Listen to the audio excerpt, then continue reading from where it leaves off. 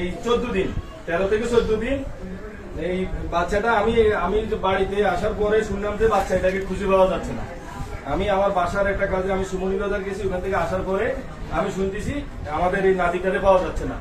এর পরবর্তীতে পুরো বাড়ির যত লোকজন আছে, পুরুষ মহিলা বাচ্চা সবাই মিলে বাচ্চাটা খুঁজতেছে। আমি এক পর্যায়ে বিষয়টা জানার জন্য আমার ভাতিজার বউ ফাতেমা, ওরে আমি জিজ্ঞেস করলাম যে ফাতেমা, এই বাবু এই কখন থেকে নাই, তুমি কখন দেখছো সর্বশেষ? বলতেছে কাকা আমি একটু আগে দেখছি। তো কি দেখছো তুমি? আমার এখানে দুইজন লোক আসছে, দুইজন লোক আসে আমার গলা ধরছে, আমার মাথায় বাড়ি দিছে, বাড়ি দিয়া আমার জানালা দেখাইতেছে যে জানালার ভাগ দিয়া বাচ্চাটা নিয়ে চলে গেছে। তো পরবর্তীতে আমি বললাম যে তুমি যে দুজনে নিয়ে গেছে, আসলে ও আমাদের বুঝানোর চেষ্টা করছে যে বাচ্চাটা যিনি নিয়ে গেছে, বাবার ওইভাবে সে উপস্থাপন করতেছে আমার কাছে বিষয়টা। ওই বিষয়গুলো আমি সহজভাবে নিয়ে নেই, না নেওয়ার ফলে আমি তারা প্রশ্ন করলাম যে বাচ্চাটা নেওয়ার পরে তোমরা যখন টের পাইছো, তোমাদের ঘরের দরজা তো দুইটা দরজার কোনোটা কি খোলা ছিল? ফাতেমা আমারও বলতেছে যে না ছিল না, ও দাদিও বাচ্চার দাদিও বলতেছে খোলা ছিল না।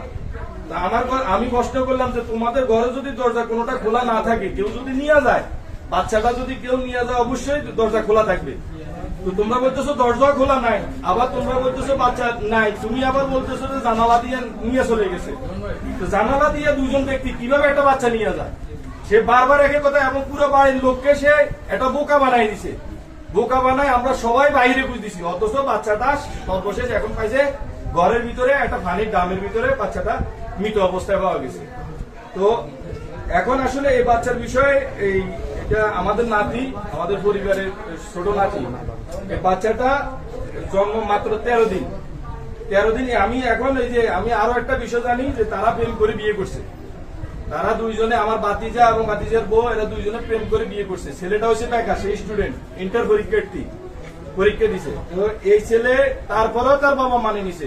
মেয়েটা মোটামুটি অর্থশালী পরিবারের মেয়ে। অর্থশালী পরিবারের মেয়ে একটা গরিব ঘরের আসার পর থেকেই তার পরিবার এবং সে তারা কোনোভাবে জিনিসটাকে ম্যাচ করে নিতে পারতেছে না, আমি যতটুকু জানি। এবং বিষয়টা আমি কয়েকবার কথা বলার চেষ্টা করছি। কথা বলার চেষ্টা করার পরে এটা তাদের কোনো উভয় পক্ষের কোনো ধরনের ইয়ে হয় নাই।